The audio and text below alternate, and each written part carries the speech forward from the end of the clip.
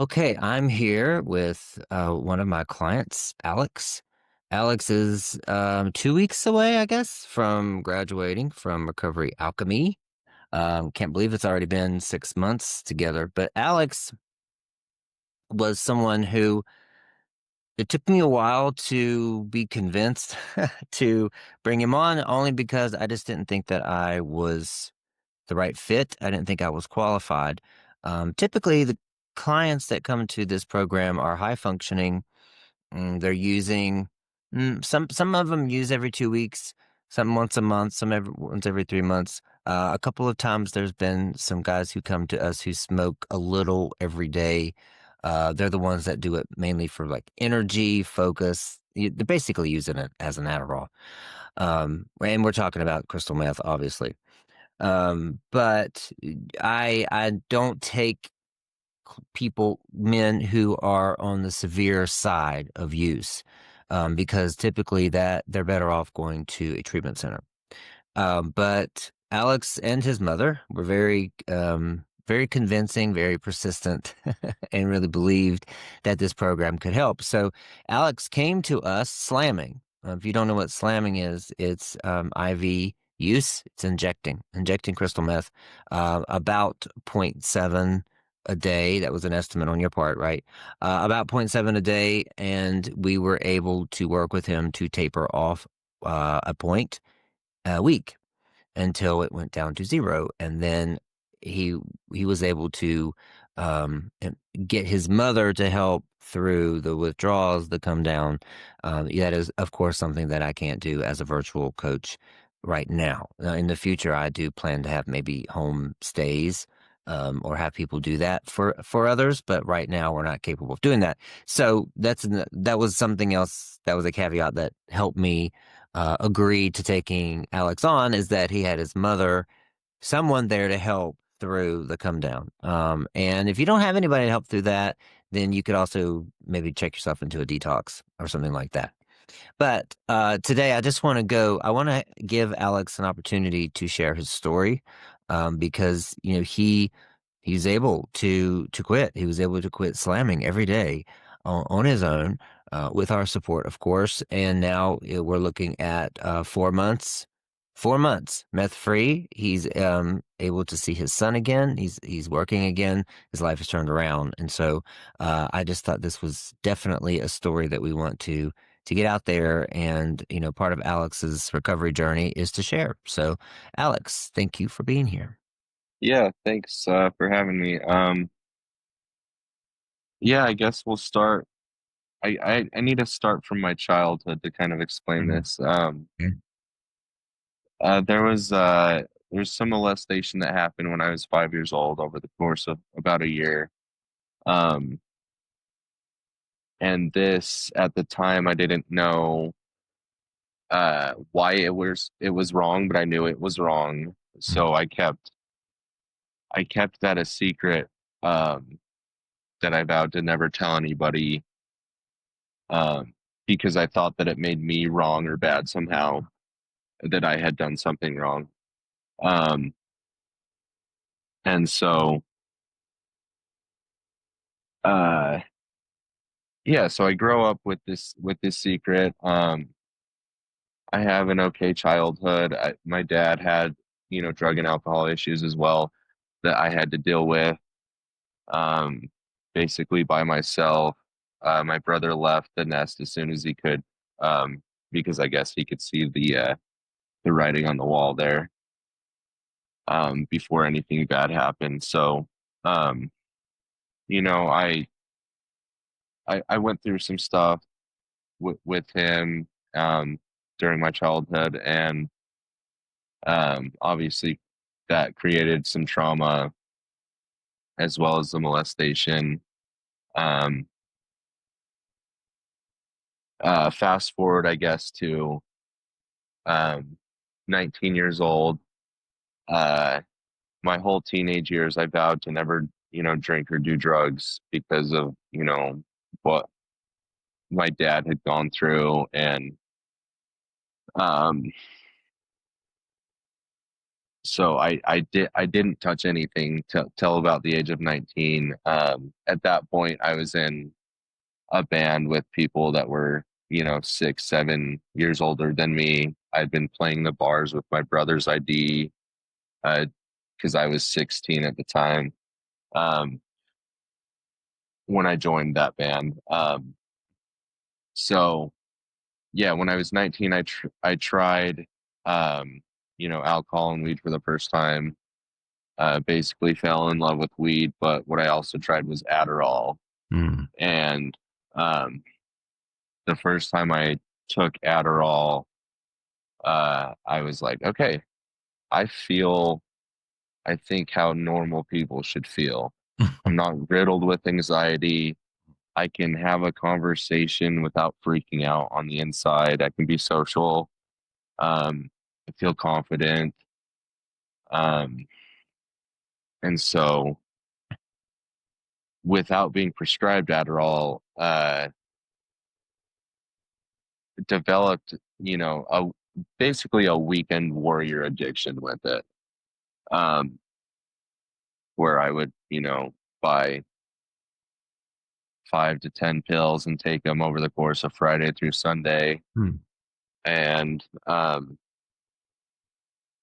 while doing this, discovered, um,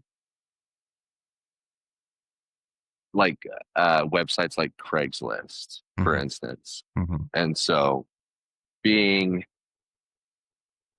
um, being on Adderall, I guess, it, it would make me, I guess, super turned on, um, every single time, in like a hyper sexual type of way. And so I would get on Craigslist and start with like the ladies, and uh, I think I got either scammed or duped enough times to know that like those weren't real, or I didn't have money to pay for whatever services they were offering. Um, that I switched over to the men's side, and um, being on Adderall sort of, um, brought back the memories of my molestation back in a way that, uh, I sort of looked at it like being pleasurable and wanting to recreate this in a weird way. Um, Recreate. I guess the molestation. Okay. Yeah. It just back to how did that molestation affect you? Do you feel like the molestation was connected to you described yourself as very anxious, difficult to have conversations? It sounds like the way you describe it, it sounds like you were on edge throughout your childhood, teenage years, and then when you discovered Adderall, you said you could start having conversations again and you weren't so riddled with anxiety. I mean, is that the state of consciousness that you grew up in? Mm, no, Okay. no.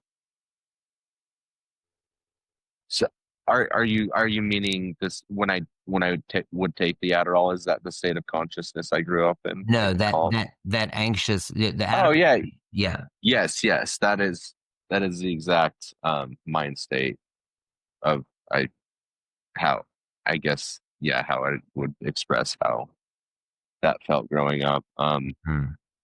So Do you think you were did it feel like you were living in fear? Because it sounds like this sounds like complex trauma. That if you're always, always living in fear, always living in anxiety, your system, I guess, never really rested. yeah, and it was always OCD in a way. I would have to, Hmm. um, blink my eyes in a certain way, or do certain taps, or Hmm. say a certain mantra in my head a certain amount of times for something bad not to happen. Wow. Um, I I've since grown out of that, thank God. But Hmm. that was kind of crippling when I was, I guess, elementary school age. Um, so yeah, when I found Adderall, it calmed all of that down, Mm. and like the self doubt and like um, the self deprecating thoughts Yeah.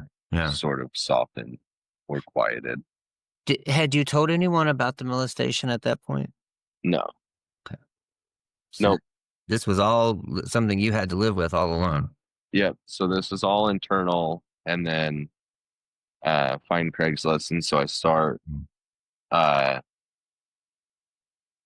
looking for men, and they would reply pretty quickly, and before you know it, I had my first hookup. Hmm.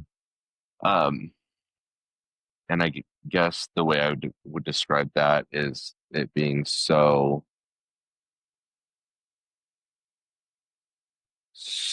under wraps and in the closet that it like was that much more enticing.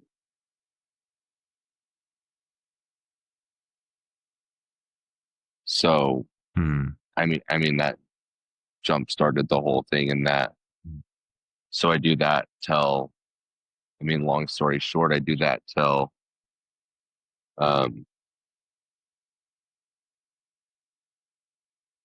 till about the age of 31 or 32. Hmm. Um and in the meantime, I had met my now ex-wife, um and I was I was pretty lost when I met her, I guess, in a sense, And when I found her, I like adopted this big old friend group, and like things just really felt like, okay, this is where I'm supposed to be. This is who I'm supposed to be. Um, and it doesn't matter because nobody knows about any of the other shit. I've never told anybody about it. Um, in some way, half convinced myself that it would stop after, like, getting with my ex. Hmm. Um, sadly, that didn't happen. Um, and I have this long, um, fun but also traumatic relationship with her. We have a full term stillbirth of a baby boy in Hmm. 2016.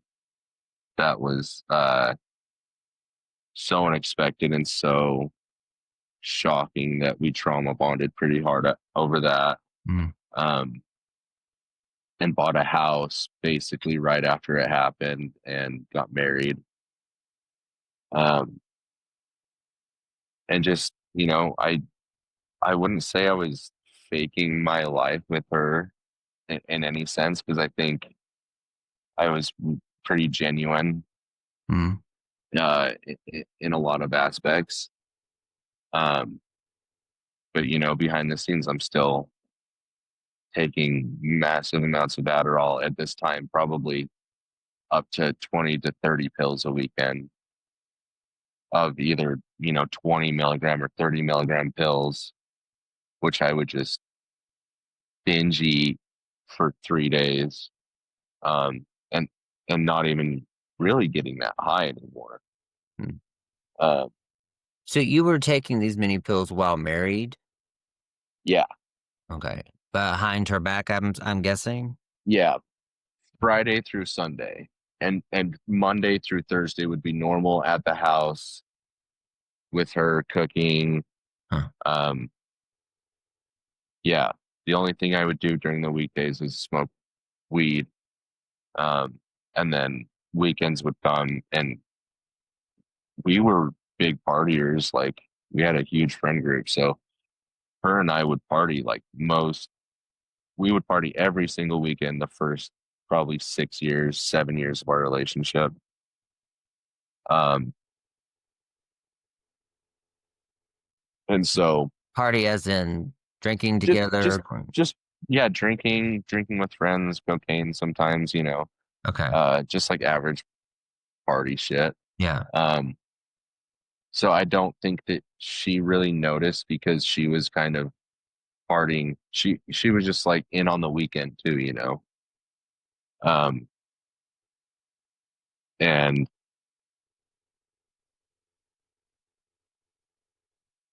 yeah, sorry, I lost my train of thought. But let me ask you, you mentioned the Craigslist hookups that they lasted from 19 to 31. They were in secret, they were seedy, they were behind everyone's back. You kind of alluded to, and maybe I misread it, but you kind of alluded to the fact that because of the nature of the hookups, it was still felt like you were reenacting the molestation because it was also private and, taboo and wrong, quote unquote wrong, but this kind of sex through the Craigslist was actually kind of reenacting that. Is that right? yeah, and um,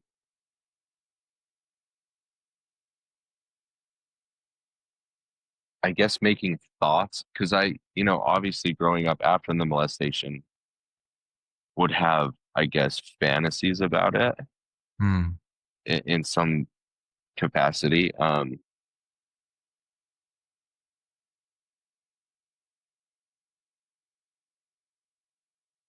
Sorry, I lost my train of thought again. What were we talking about?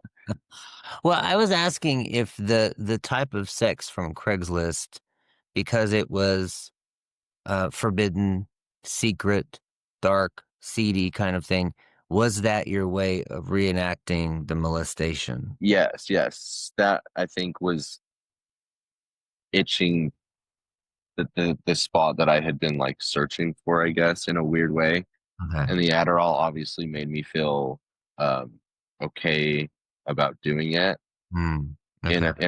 a way that my sober brain could not get there, Hmm. I guess. Yeah.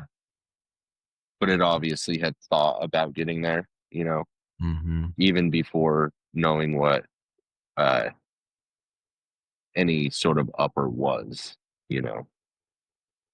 Okay. So Okay. Okay. All right. So you were still doing that in secret. You're weekend warrior Adderall user. You get married. You still continue to be a weekend warrior Adderall user, even more. yeah, Um, even more so, yeah. it was easy because you guys were drinking, having a good time on the weekends. Yeah, and I would do a lot of stuff for the house and like for her on the weekends. Like so I would get shit done in the daytime and then we'd party at nighttime. And then sometime between like either the wee hours of the morning or like quote unquote going to the grocery store on a Saturday would be like when I was seeking to, hook up or whatever. Like I see. Friday night, Saturday, Sunday. Okay, so you still Any spot I could in those 3 days. gotcha. Were you still having sex with your wife? Yeah. Yeah. It's not a, I think, proud thing to say because how Huh. I think potentially unsafe I could have made it. Sure. You wouldn't be the first or the last. Yeah. I Yeah. mean, it is what it is. Yeah. Okay. All right. So this is happening. This is going on. So I'm guessing there must have been that there had to have been some type of revelation from on her part, something to bring all this to the surface, because there always is. Yeah. Everything we try to do in the dark comes to the light eventually, right? Well, um, I think she obviously, so let me rewind a little bit. We, I mentioned our stillbirth and then we had our son, Rye, in 2021. Um, and at 3 months, he was diagnosed with a rare blood condition called LCH that he had to basically immediately start receiving chemo for the next basically year. Hmm. Um, so that was kind of another thing in our relationship that we're like, God damn, what the fuck is going on? Like another type thing.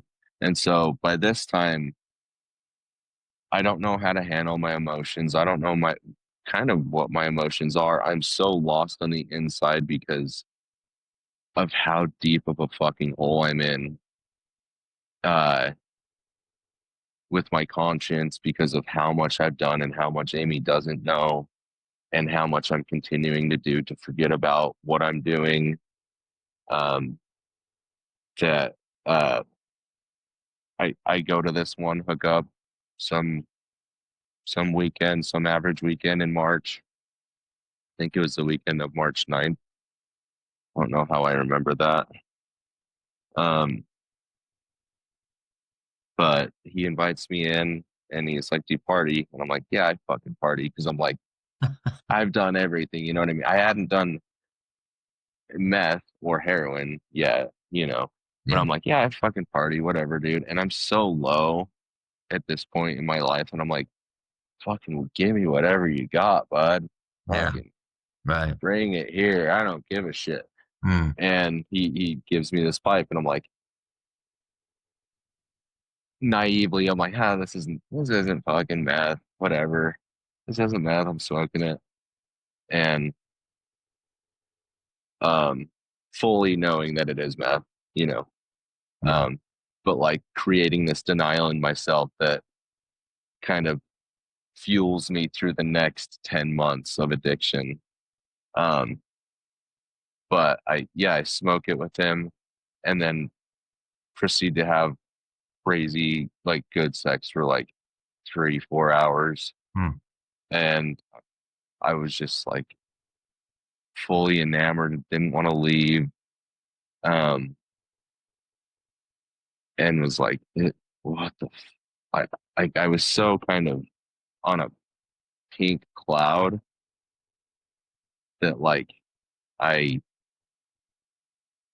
and I was so high that like the next day I called into work and then like was app hunting that whole next day just in parking lots trying to Wow. find somewhere to go Yeah. and was just like, wow, that was the coolest drug I've ever done. Yeah. Like I went for 2 days straight, like felt fucking great. Mm. Um and then I had his number and he lived literally 2 blocks away. Wow. So this what started as a weekend thing started becoming Mm. every Sunday before work into Monday morning at his house before going up to work Oh, wow. for a minute. I guess that I would say that my only consistent hookup was this dude. Yeah. Um, and I think one because of what he brought to the table with the meth and stuff, and two, I didn't know where to get it at the time, and I had never asked for it. Mm. And this is 2022. Like I'm late to the game as far as using, but I went super hard, super fast. Mm. Um, so yeah, I think this continued like spotty for the next couple months. Um, and then I would find different people that would have it. And then I would start buying it from these people. And I was like so naive still. I was smoking it out of those like cannabis vape pens Yeah. that just have like a heated coil or whatever. Yeah. And I was like getting kind of there. And then somehow found out that they sold those glass pieces at a gas station that has a drive through right next to my house. So um, once I found that and a torch, I was like, okay, I can do this every day now. Mm. I can do this every day now, but now I have to figure out what my mission is and what I want to do in some weird way. And uh, so I was consumed with like weekend projects and stuff. Like um, 3 months in, my son was going to turn 1, and we were doing a bunch of stuff to the backyard for the party in the backyard. And that weekend we were having it, like, I was working late in the yard, but also still smoking in the shed, in the backyard. And this is just kind of a weird off story, but um, I just saw the basically red eyes through the fence line, got all paranoid, uh, blew sage at it, and then basically from that point on was like haunted by these red-eyed demons that would Mm. only come out at night. Mm-hmm. Um, and I basically went crazy in front of Amy, and I broke down to her, told her I took too much acid in the backyard, and like I attracted these entities. Mm. And as soon as I told her that, she was trying to just grasp at what I was, because I would like sit in the house and be like, I can't you hear them? Can't you hear them screaming and growling outside? Mm. And she's like, Alex, that's a fucking car driving by. Mm-hmm. And so she did that, and it snapped me out of it in the moment. And I'm like, oh, I don't know if this is real or not, but like that is weird, psychotic, crazy bullshit that's going to get you caught right now. Yeah. Um, so I think maybe she had an inkling when that happened that like, what is going on?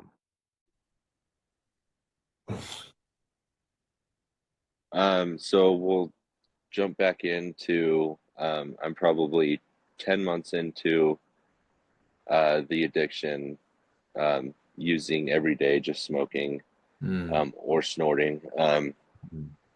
And I work construction, like building houses in a ski town in Park City. So my hands are really rough. I get like a small cut on my thumb that I super glue, and I'm up late that night, and it just starts throbbing, Mm. and to the point where I have to wake Amy up and we go to the hospital. Mm. And while in the hospital, while we're trying to figure out what is going on, um, she goes through my phone and finds Grinder and all the drug dealers, and basically the secret and basically the stuff thought I was going to go to my grave with, I was revealed Mm.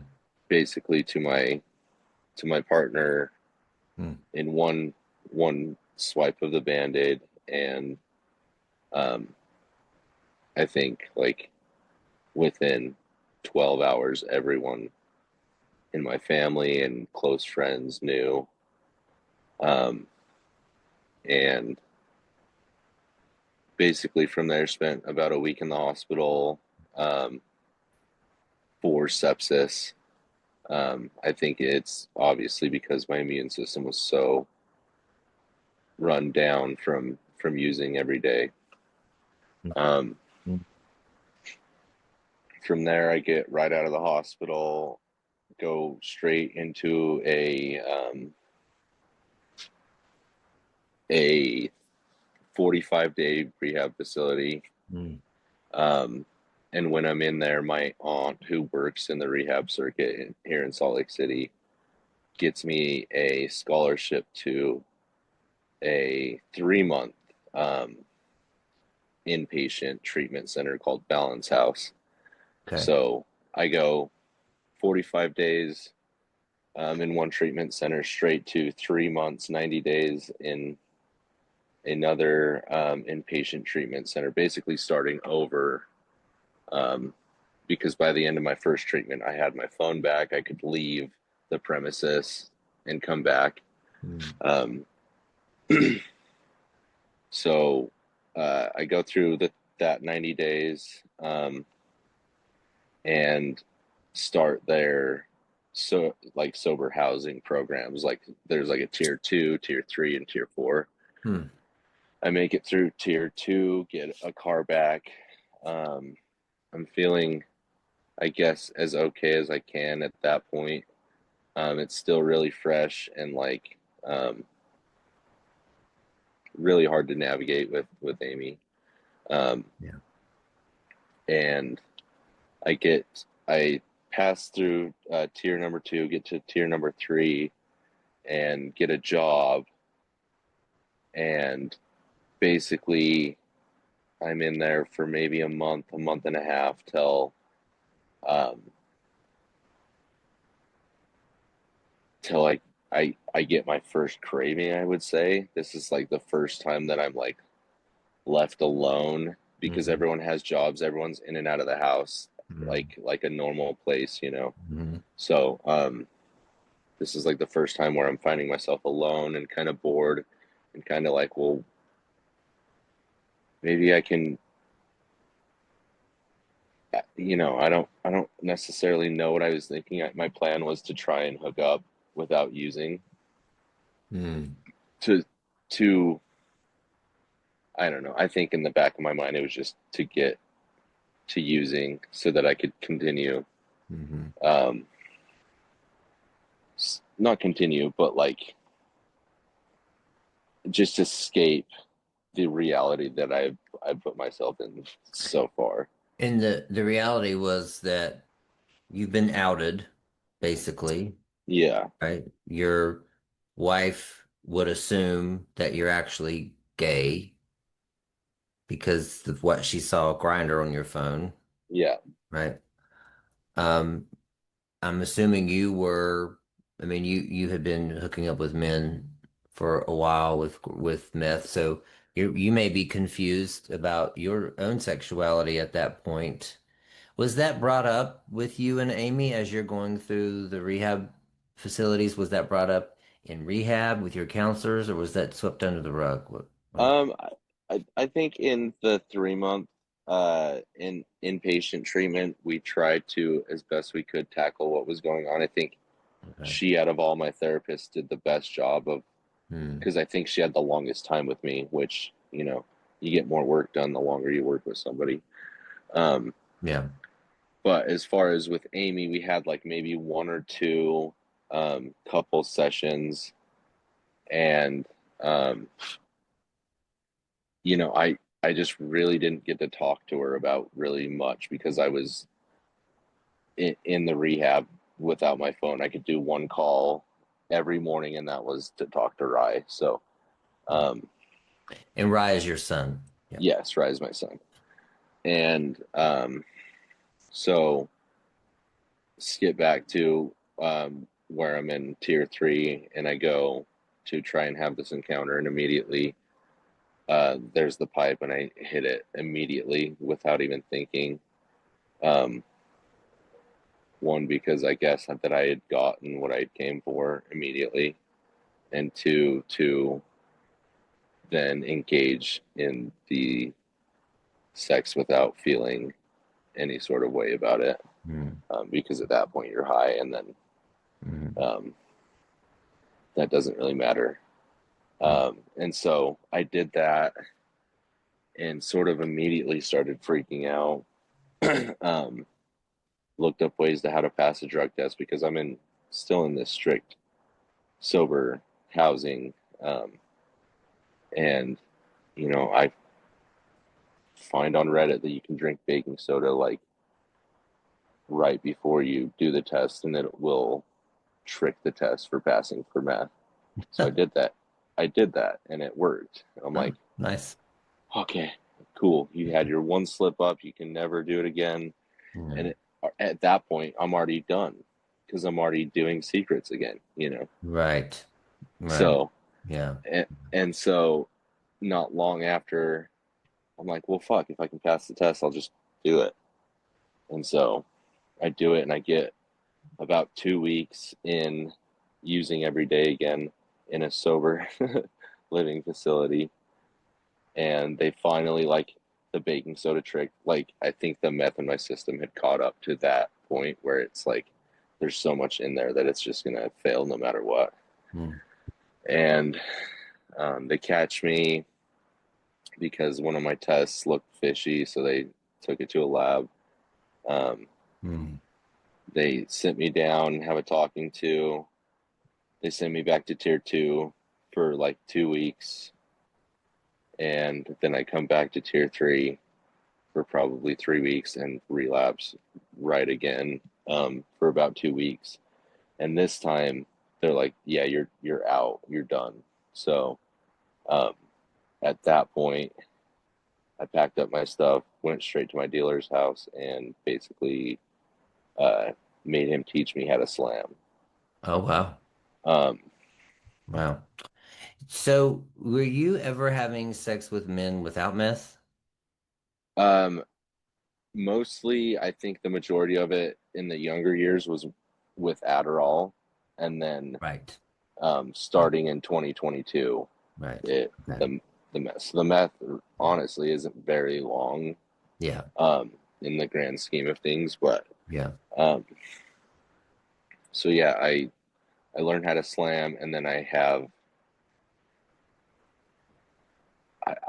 don't talk to anybody. I shut my mom out. I'm not talking to Amy, obviously, and I'm burning up all my money. I stay in these hotels, um, while also like having sex, paying for prostitutes, like the whole 9 yards.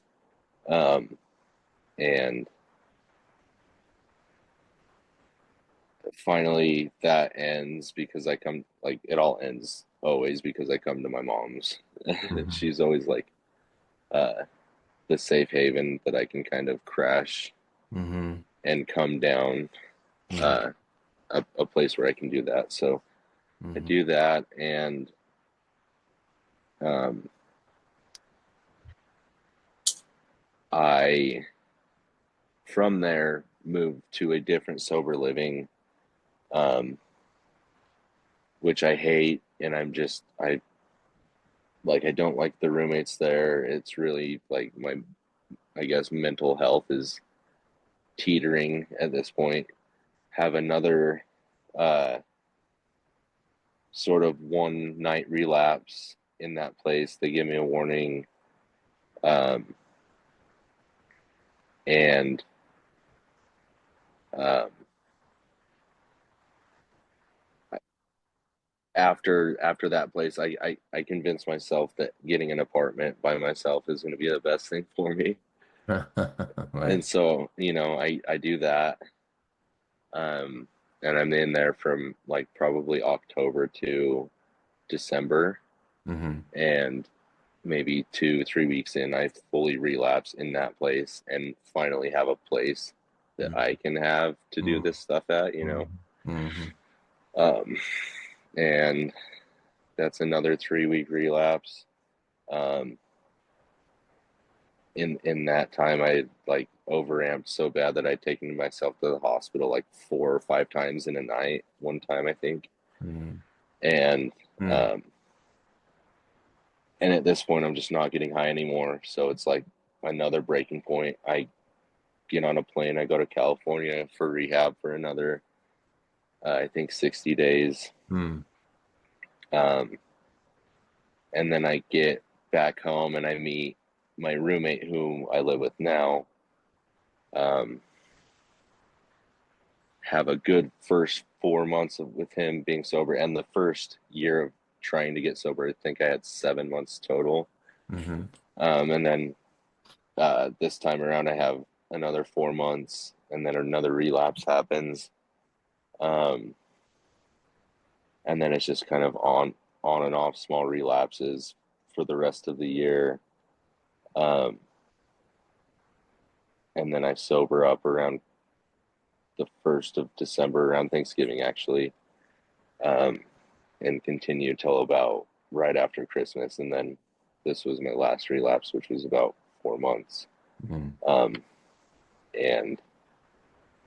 and that one was, I think it was the perfect cocktail because I obviously was still so low in my life. No self-esteem, no love for myself, no confidence. My mom goes out to Mexico for like a month and a half, and I'm house sitting her house. So there again, there's another door that I have, or another place to at least do one of my things at. Yeah. And um, and I think this one was just so low and so dark, and I really did not care about anything. The amounts that I was doing, it was just absolutely astronomical. Blew every other relapse out of the water. And then soon after my mom gets back from Mexico, she finds out that I had relapsed, and I somehow convince her to be like, look, Mom, I've been using so much. Like, I can't just fucking cold turkey stop. Yeah. Like, it will destroy me. And I knew it would, because it had in the past, and that those were far shorter relapses, you know. And so she knows about my relapse now and knows that I'm actively using, and that's when she finds you, Dallas, and starts a dialogue with you. And yeah, I first of all, I thank you for even taking this case on, because of, I don't know, it seems so bleak even looking at like the paperwork for like an application going into this sort of thing, you know. So you were I want to ask a couple questions. So the rehab you were in with the tiers, you would get to tier 3. What was different about tier 3 that made you relapse? Was it the autonomy of having your own job and being left alone more? Yeah, I think it was the freedom and the boredom, and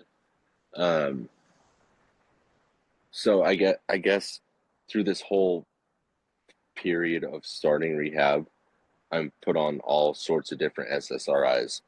Oh, okay. And I actually took a blood test in California, and it came back saying that none of the SSRIs were like compatible with my body, essentially. And so this whole first year and a half of trying to get sober, I think the SSRIs, I think, helped in the beginning to not make it seem so doom and gloom. But at a certain point, I'm just feeling nothing. I am sober, sure, but I have nothing to look forward to. I still hate myself. I'd have no confidence. I've destroyed my entire old life, which is still to this day like really hard to navigate. Your old life in terms of your marriage and your son, right? My marriage and my son, and just like there's just a whole friend group that goes along with that. So,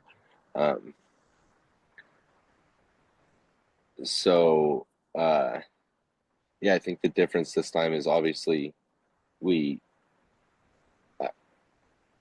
I was drawn to this because it's basically catered to exactly what I'm going through. Yeah.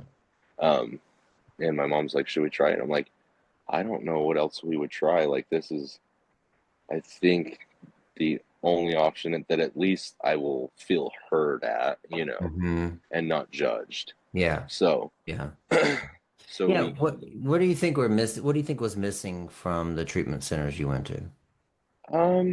You know, they're very just like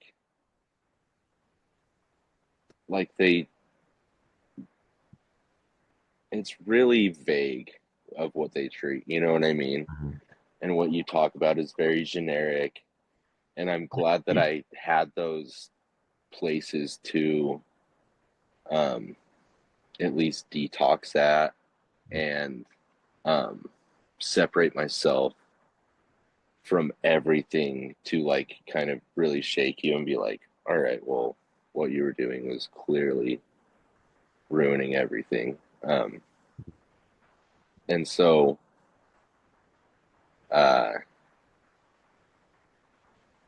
shoot, I lost my train of thought. Well, the treatment centers, you were saying that you felt.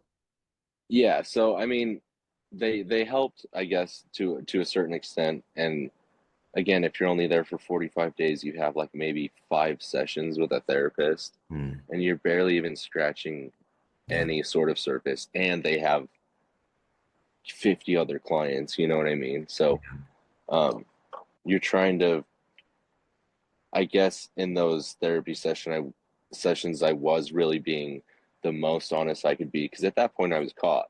So I had no problem telling these people in a rehab like all the shit that I had done, what my deal was, type of thing. And that really helped me too, because that's the first time I'm telling anybody about, this stuff in a face-to-face setting. So I think those aspects were good, but again, like,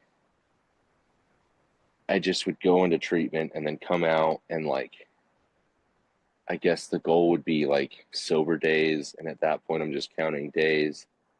But I just feel so lost at this point, because I felt like, I mean, on paper I had the perfect life. I was, shit was going good, and I basically just flipped my whole entire script, and now I'm like, what the fuck? Who even am I? What,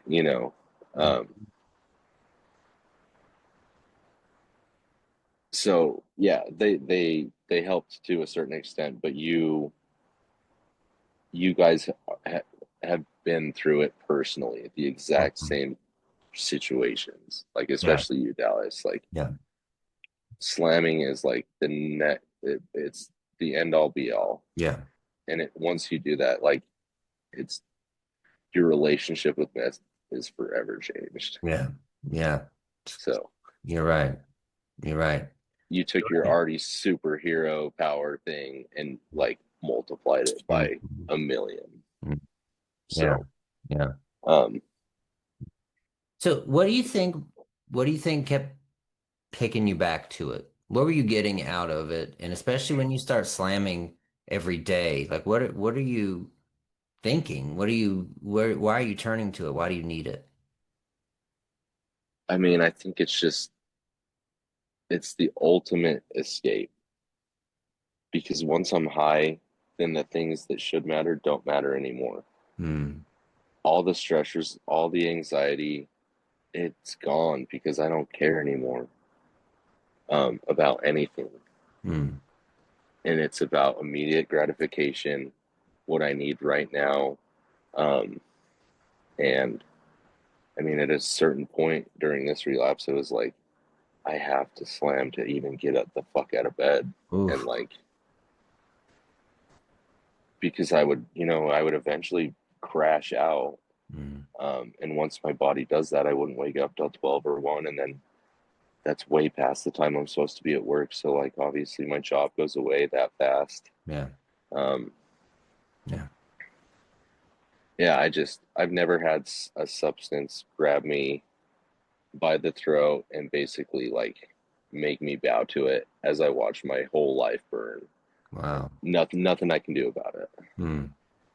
Just watch from the window as I keep doing the thing. Wow. Wow. What a description.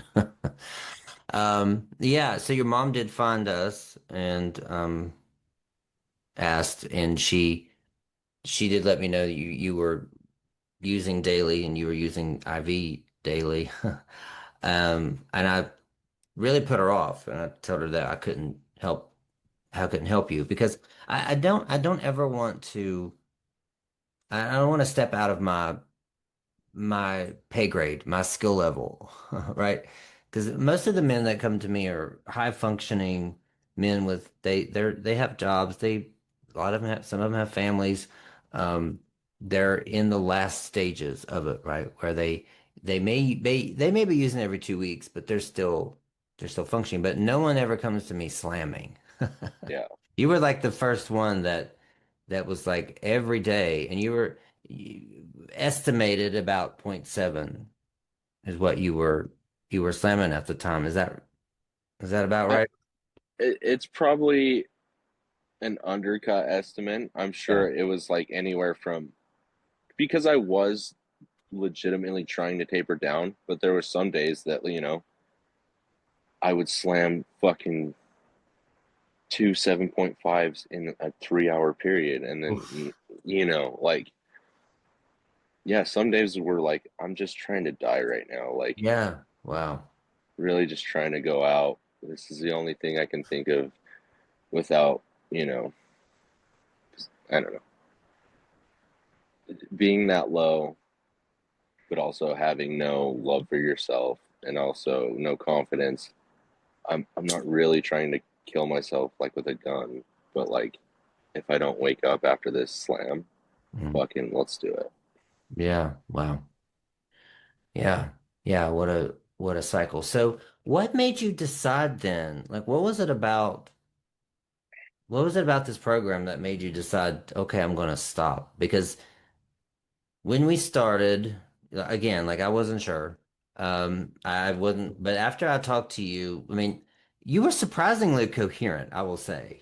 For somebody who was slamming every day. I mean, you were not all there, but you were more than I was, you know. Yeah, I think that's sort of toward to my detriment too. I was really good at being super high without a lot of people really Yeah. catching on. Yeah. Um, Hmm. and obviously I had little tricks, like I had colored contacts, like for the dial or pupil dilation and all that stuff. Mm. Um, Mm. because you do everything you can to like not be found out, Yeah. obviously. Yeah. Um, but yeah, I was very coherent, and I was like I said, it's like watching your whole. It was again watching my whole life burn, and I'm just like continuing to go down the rabbit hole because I think at this point in the relapse, Amy had found out, and at that point, it's like, well, all bets are off. Nothing fucking matters now Mm. because you know I do truly believe this is my last chance, but I kind of thought last time was too. Yeah. So Yeah. you know, I really hit it the hardest I have ever hit it. Went to the, I think, grossest places, was with the gnarliest people. Hmm. Um, and, you know, finally, like, I think by the end of it, my soul was so drained. Mm. I was basically in tears while I was using every single time at that point. Mm. And,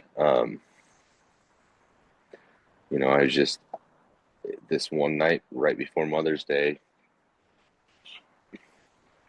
I locked myself in the band room. Um, and you know, I slam a little bit more than I should, Mm. and I wake up probably 3, 4 hours later in a different position on the couch, um, and I, you know, I think my body was just so shocked. I just passed out, came to, drove straight to my mom's, and um, was kind of just like, all right, this is it. Like this is where I either stop or like um, try to die, I guess, in a weird, dark way. Mm. Um, but after I get to my mom's, I think I tried to use that next day. Couldn't find it anywhere. People are not hitting me up anymore. Mm. And I'm kind of just like, oh my God, this is my window. This is my fucking window. And just go straight into detoxing for about 2 weeks. Um, and uh, at the start of this relapse, I had stopped taking my SSRIs. Mhm. So I think um, going into this detox, I bounced back. It's like so much quicker than I thought Yeah. I was going to, and immediately had like a really strong, better outlook on everything. I don't know. I just had a moment, I guess, but you and Bobby were there with me the whole time. So I felt like, I guess, the first time in my life that I had support that actually understood me. Mm. Um, Mm. and really, like, I wasn't, I would use and I would talk to you guys, basically. You know Yeah. what I mean? Like, there was no like secrets. Maybe amounts were like a little off, but I think for the most part, like I was trying to Yeah. divulge everything to you guys because, I mean, there's nothing. There's no point in hiding anything from you guys. You know, you're Mm. not gonna fucking reprimand me Right. for doing something. You know, I'm already deep in it. You guys knew I was deep in it, and you really just were kind and gentle hands to hold on the way out. Mm. Yeah. Good. Good. Yeah. We tapered you down each week. Then you had the incident on Mother's Day in the, you know, um, and that was it. You decided to detox. I mean, we were down to zero anyway. Yeah, basically. Um, but of course your mother was there. That's the thing about the other reason that we took you on is that you had someone close by in person to help you through the detox. Like typically an online coach is not going to, I mean, I I'm not at that stage yet to do house visits, but I will sometime in the future. But right now we're not doing that. But Sure. I couldn't be there to help you through the detox because you need somebody. You Oh need yeah. if you're not gonna um, put yourself in an actual medically supervised detox, you need somebody there to help you through that lethargic time, all the sleeping, but also the emotion for you, Uh, the emotional spiraling that happens in that time when you're coming down, especially off the amount you were doing, is can be unbearable. yep. And I think often leads to a quick relapse after because Yeah, the shame and the guilt from doing that is just too hard to even, yeah. yeah, like face. Mm-hmm. So, Mm-hmm. you know, I do not know how this time has smoothed out so well, but I think I went so deep in the hole that the universe is kind of just like, look, man, you can be that dude and you can live that way, but you have so much more potential than that. Yeah, yeah. And I know that for a fact now and truly believe it. You know, back when we started this, and I didn't even know how to tell you what um, self love was. Mm. Yeah, You know, yeah. it was really bad, and the negative self talk was basically constant Mm. during that relapse. Mm-hmm. Mm. Constant. Yeah, And yeah. I do not know how I didn't go absolutely insane. Mm. I'm not sure how my brain kept it together. Yeah. I really do not. You also had a son who needed you. Absolutely. And I a couple weeks before I had stopped, I had like um just sent this big long text to Amy and basically trying to like feel out the situation there because as soon as she found out I couldn't talk to her anymore because um I couldn't stand myself talking to her high or my son high. So, I basically just shut everybody out.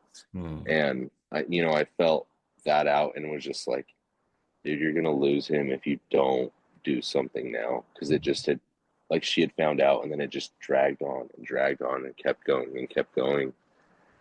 It felt like, and so yeah, I mean, 1,000%, I would say my son helped with that. But I think, unlike the other times, now I am doing it for myself. When before I was just doing it for him, and um, I think once you do it for yourself, everything else falls into place. You're then doing it for everybody else and for the people that you love if Mm. you're, putting yourself first. So, Yeah, yeah, yeah, yeah. So after you came through the come down, it took about 2 weeks to get you through that. Your emotions were rough. Then we started into the meth-free time, right? Yep. Was difficult at first? Cravings, triggers? How was the first part of all of that? And, I think it was honestly the easiest Mm, comeback I've had. hmm Um, I sort of hit the ground running. Mentally, I was so tired of using um, that it was almost refreshing Yeah. to not have that be a constant thing that I had to do. hmm And I think physically, my body had enough. Like, obviously, the last time I slammed, my body was like, dude, you're done. Fucking, Yeah. you're done, dude. Um, so Mm. yeah, yeah, Yeah. And so now you're at over 4 months, right? yeah, Yeah. You get to see your son often. yep, yep. Every week. Um, and yeah, I just have such a different outlook than I did. Um, trying to, um, I guess, get sober, and a huge another difference now this time around. I am using cannabis. Mm, Uh, I think that really helps me and puts me in check, kind of mm, on a daily basis, yeah. to where I can highlight all the things that I still am doing wrong or need to work on, Mm, meth free, mm-hmm. Mm, um, which is amazing because I think no matter how old you are, you can still work on shit and become a better person. sure. So, Yeah. Yeah. um, but yeah, I'm really, I think for the first time, actually happy. I think, um, not having that weight of that second life in secret, Mm-hmm. um, is off my shoulders, but also the shame and guilt of like telling people, um, my past and how I view myself right now, I guess sexually, which, I still don't really even know, but I don't really think it matters, especially right now. And like, as far as sex right now goes, it doesn't really, it's not on my radar. And Yeah. I think right now, especially, could be the ultimate trigger. So, Yeah. Yeah. I think it's smart to take your time. And, those of us that are in the gay community, we have this pressure to be sexual, to be hypersexual, right? To get back out there, back on the horse, as they say, but you don't have that. You're not a part of that. I guess you could be the Q of the questioning, so you could be included in the queer community, but you're still trying to figure all that out, right? And yeah, it's really wise to take your time and say, you know, it's been 4 months. I'm rebuilding a relationship with my son. I'm rebuilding a relationship with my ex-wife, with my mother, with myself. You've said that this is the first time in your life that you have a positive opinion of yourself. yeah. Is that right? Well, and yeah, and I think I basically ruined sex for myself. I think it was so oversaturated. Yeah. It was so frequent and, um, NSA that like Mm. it did nothing mattered. Yeah. Yeah. So, Yeah. um, that doesn't seem like an enticing thing that I want to go to right now because it right now it doesn't mean shit to me, Right. which is okay. You know, Yeah. Yeah. I think I can in time rebuild that relationship, but for me Sure. to like be happy and take care of my shit and thrive, I don't necessarily need that Yeah. right now. So Well, you've never had intimacy. with a man, No. right? Maybe not a woman. There's a lot to learn here for you. Yeah. There's a road ahead of you, right? And I think it's wise to just take it slow. And that's what you're doing. You're really pacing yourself. And that's what's been impressive to me is that you're really aware of what's too much, what is going to, as you said, overamp yourself, and what's going to overload yourself and overwhelm. And you're just taking it one little piece at a time and prioritizing. Who's first? Yeah. My son. Well, me, right? You, then your son. And then you're really taking it slow and giving yourself some compassion around that. So I think that's a good model for the rest of us. Yeah, I mean, at this point in my journey, I kind of am like, I don't know, I kind of have a not give a fuck attitude, but just about like how I think people think about me in a way. Mm. I'm very like, I think early in my life and like even 3 years ago, I was so like self-conscious about what everyone thought about me. Like I had to be like I was the nicest dude, and like everyone was so shocked about what had happened, you know. Mm.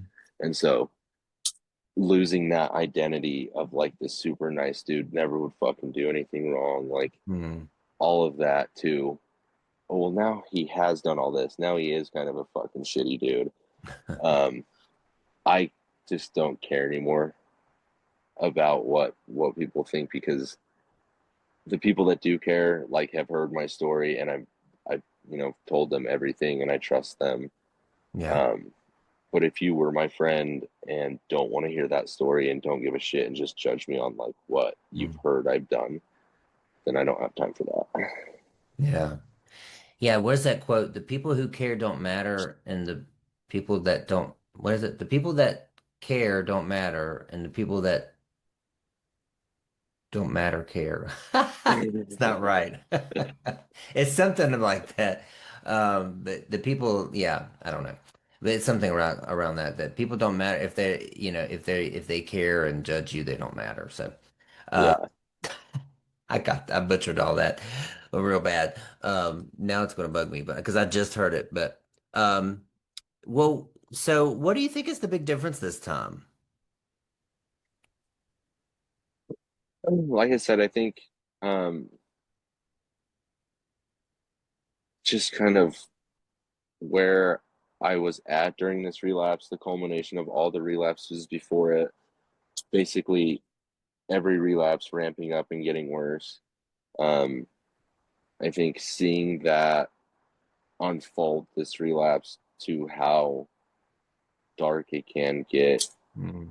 um, Mm. but how also kind of how I just floated through that without really anything bad happening, you Yeah, know. yeah. Um, and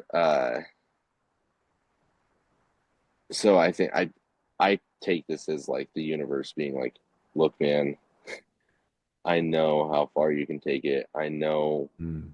the hole you're trying to fill. Mhm. Um, and you can definitely play that role if you want to. You can have that life if you want to. Um, but you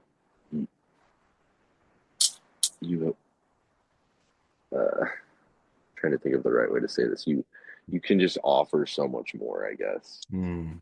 Yes. Um, Yeah. yeah, it's I came out of this with the best confidence and self like Mm. love that I don't think can be taught. It was kind of Mm. earned this time. Mm. Yeah. Yeah. So Well, I think that we helped give you the space to feel that too, like you said. absolutely, yeah. Mm. Yeah, yeah, it was the first group that I'd been a part of that like legitimately to the T knows exactly Mm. Yeah.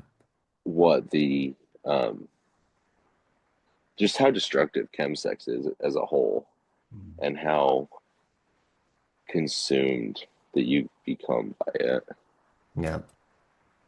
to the like to where it's a daily thing. Yeah. Um, Yeah. so, and like I said, that was the ultimate escape for me. I don't think there's anything in this world that could replace that escape. Mm-hmm. But I no longer need to escape. Yeah. Great. So Nice. I love it. yeah, What a great story. And you're so impressive. I mean, I just, I just continued to be, so, I try not to be pessimistic, or anything like that, but, I just had my doubts. And I was like, 6 months to get this guy off of this is going to be a tremendous piece of work for us, especially at a virtual level. But really, all you needed was somebody to, like you said, relate and understand and believe in you. hmm And I think, Bobby and I both, as time went on, believed in you more and more, and saw the strength that you had coming out of that come down. So good job to you. thank And you. what a great story, and what willpower. And by the way, Dr. Seuss, he says, be who you are and say what you feel, because those who mind don't matter, and those who matter don't mind. And That's great. that's what I was butchering. But and apparently he didn't originally say it, but I think that goes great with what you were talking about. So, okay, thank you for this. Thank you for sharing your story. No, And of I course. love seeing the videos of you and your son playing over the summer and being together, and you're there for him. And that's really the presence of being with him it's priceless. Yep. It really is. And I'm really glad to see that. And glad to see you moving on. You're graduated, you're finished next week. Yep. And who knows what's next for you? The world is your oyster at this point. So, Yeah. yeah. Well, thank you, Alex, very much. And thank you for Yeah. sharing your story. It's going to mean a lot to a lot of people. You're welcome. Thanks, Dallas. You're welcome.